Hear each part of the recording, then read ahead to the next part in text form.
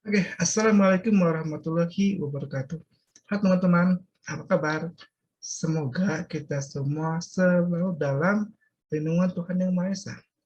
Nah, sekarang kita akan membahas, berbincang mengenai DLC Solution Challenge. Nah, jadi pada event-event yang di awal juga pernah disampaikan mengenai DLC Solution Challenge ini. Nah, sekarang saya akan tekan lagi lebih dalam, lebih detail, karena pada bulan ini DLC Student Challenge akan segera dibuka.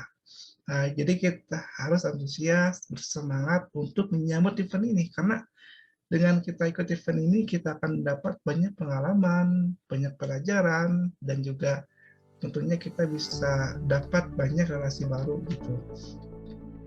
Oke, tanpa panjang lebar lagi, saya akan langsung masuk ke dalam pembahasan. Jadi yang pertama di sini saya akan screen. Oke. Nah, di sini adalah misi dari DLC Solution Challenge. Nah, jadi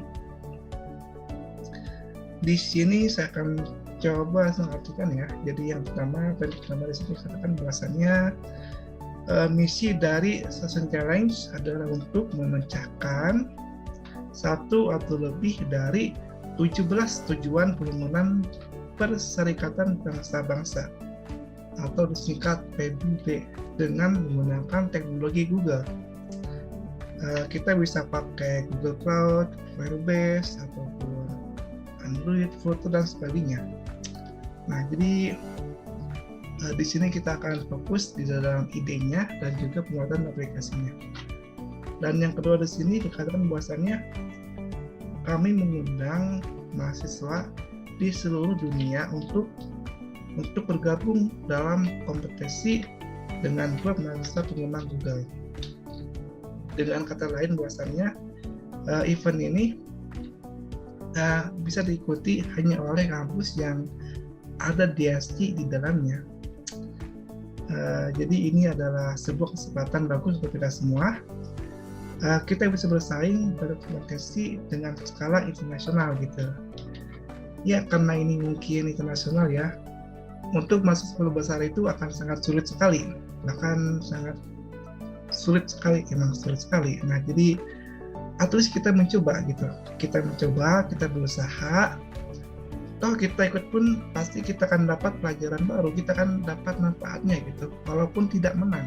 Nah, seperti pengalaman baru, kita punya pengalaman dalam tim, proyek gitu dan sebagainya gitu. Jadi kita nggak akan rugi deh ikut kegiatan ini. Dan yang terakhir,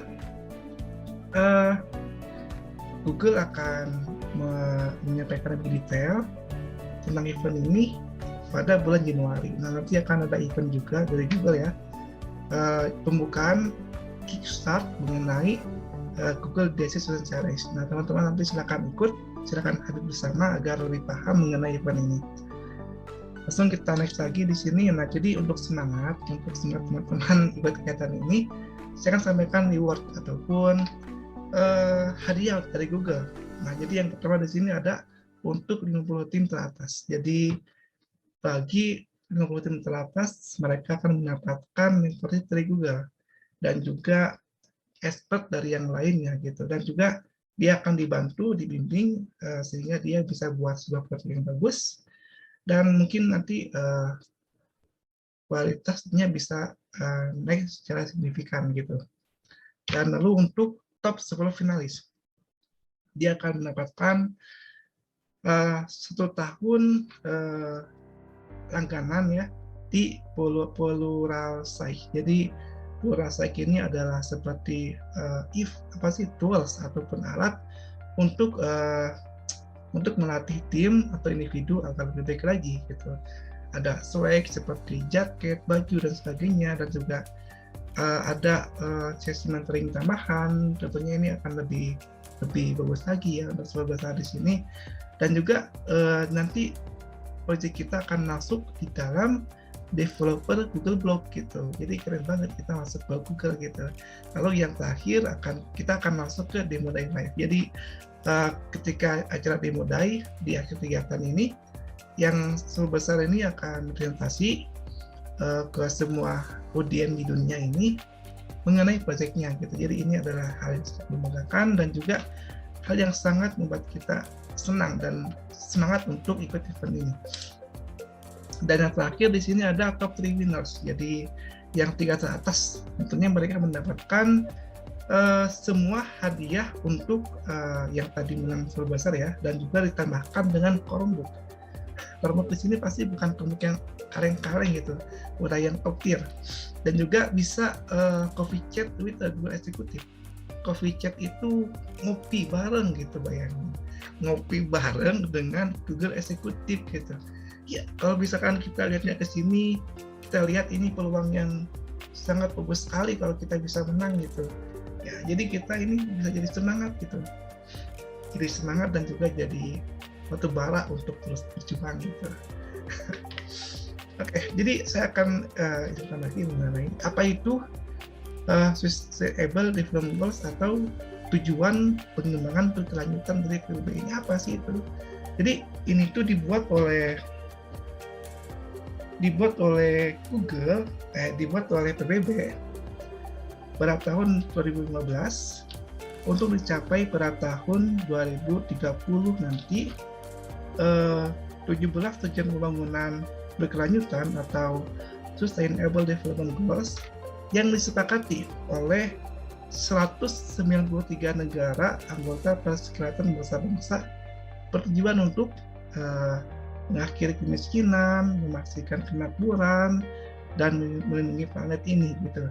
Nah, saya akan jelaskan, saya tidak akan jelaskan satu persatu karena akan sangat panjang sekali kalau dijelaskan ya. Jadi teman-teman bisa lihat di sini ada link ya. Jadi di sini ada link ini one when goal. Di sini akan ada info mengenai tema-temanya.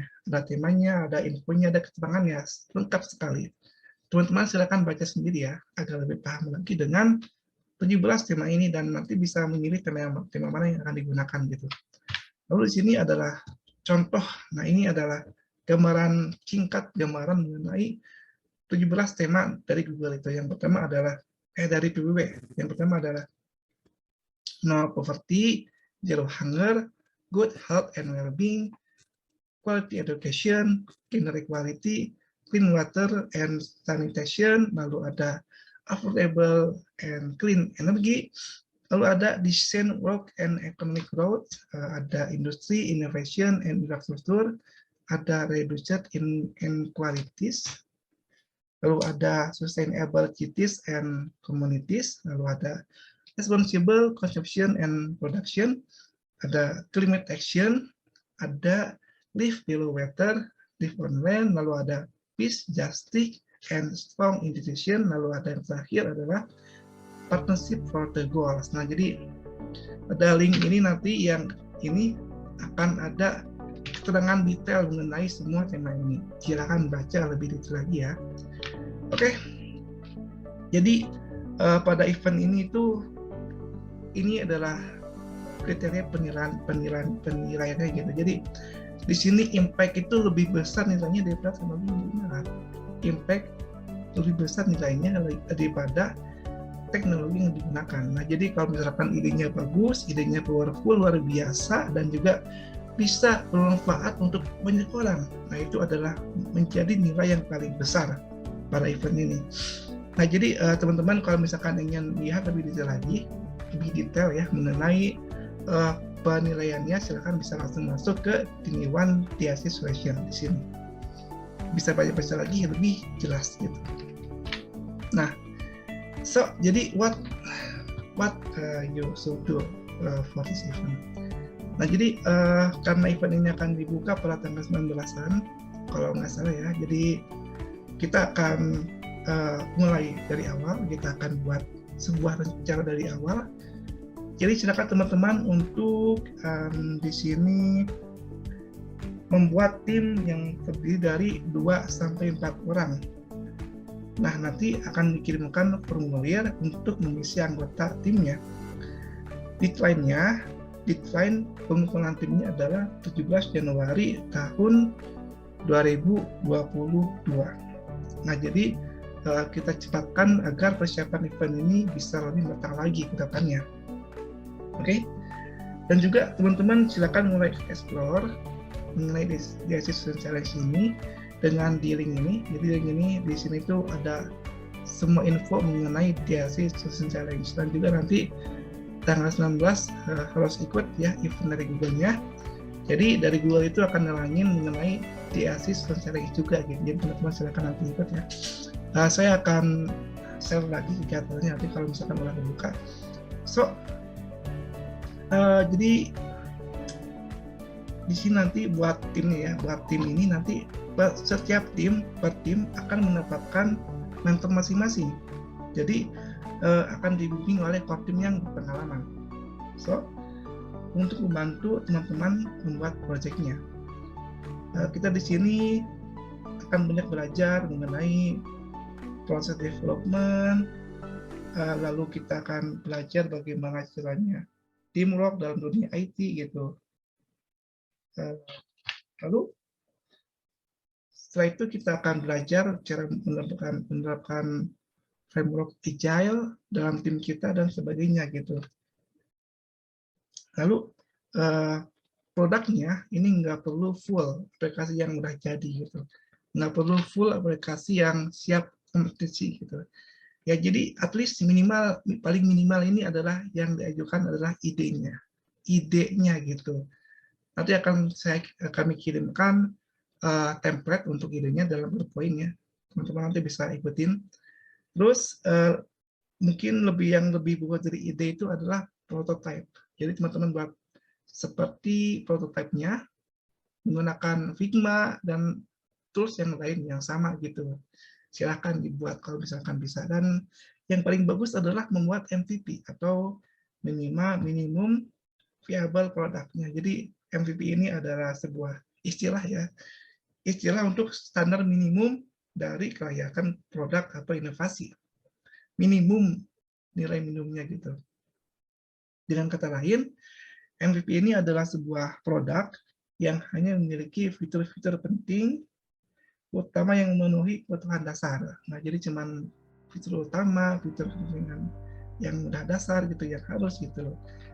Nah, jadi sesuai dengan target gitu, sesuai dengan target pasar. Jadi idenya itu udah dibuat aplikasi, at least itu idenya itu udah bisa digunakan gitu, walaupun belum sempurna gitu. Nah, jadi itu ada 3, jadi ada ide, prototype, dan juga MVP gitu. Teman-teman bisa mengajukan salah satu dari ini, jadi nggak perlu ketiganya. Jadi kalau teman-teman hanya bisa ide aja nggak apa-apa. Kalau teman-teman hanya bisa prototype aja nggak apa-apa. Kalau teman-teman bisa MVP bagus ya silakan MVP-nya gitu. Jadi ini pun akan jadi salah satu penilaian dari kami gitu. Oke? Nah, jadi bagi ide prototype, MVP terbaik akan diikutsertakan.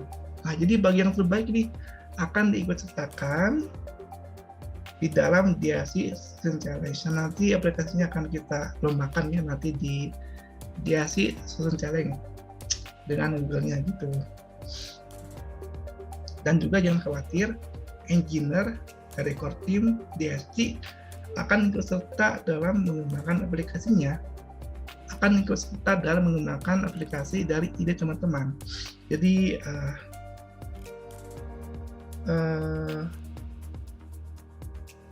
jadi nggak usah khawatir ya. Jadi yang penting ide dulu. Kalau teman-teman bisa nemuin ide yang bagus banget gitu.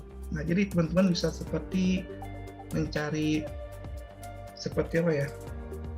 mencari problem, permasalahan di daerah masing-masing. Mungkin ada masalah, coba buat idenya bagaimana caranya untuk memecahkan masalahnya dengan teknologi gitu. Nah, nanti ketika timnya terbuat, kita akan bahas lebih lanjut mengenai bagaimana cara mencari permasalahan, bagaimana caranya solving problem teknologi. Nanti akan kita bahas nanti ketika timnya sudah terbuat ya. Nah, dan juga bagi top 3 ide terbaik dari STEAMIC, akan kami usahakan teman-teman akan mendapatkan reward juga gitu. Jadi nggak perlu juara satu Student Challenge dunia gitu untuk dapat reward, tapi yang terbaik di STEMIC pun akan dapat reward gitu. Nah, jadi buat rewardnya akan kita sampaikan nanti, saya akan usahakan ya. Yang jelas sih yang bisa kami janjikan rewardnya adalah nanti bisa ngopi bareng dengan core team. Gitu. Nah, terus ya sekian sih info yang saya sampaikan gitu. Jadi kalau misalkan ada pertanyaan, silahkan tanyakan di grup ya. Jadi nggak usah malu-malu. Dan teman-teman nggak gimana ya, jangan merasa aku nggak bisa, aku malu ataupun aku kurang kurang pantas. Jangan seperti, tapi teman-teman di sini nanti bakalan dibimbing gitu. Jadi dan juga nggak perlu buat aplikasi langsung gitu. Teman-teman bisa ajukan ide, prototype dan juga MVP-nya gitu. Oke, semoga kita semua selalu bersemangat untuk ikut event ini. Dan sekian informasi yang dapat disampaikan. Selebihnya tunggu lagi ya info dari kami. Dan semangat terus untuk menjadi penerus bangsa yang berkualitas. Dan salam DSC. Bye.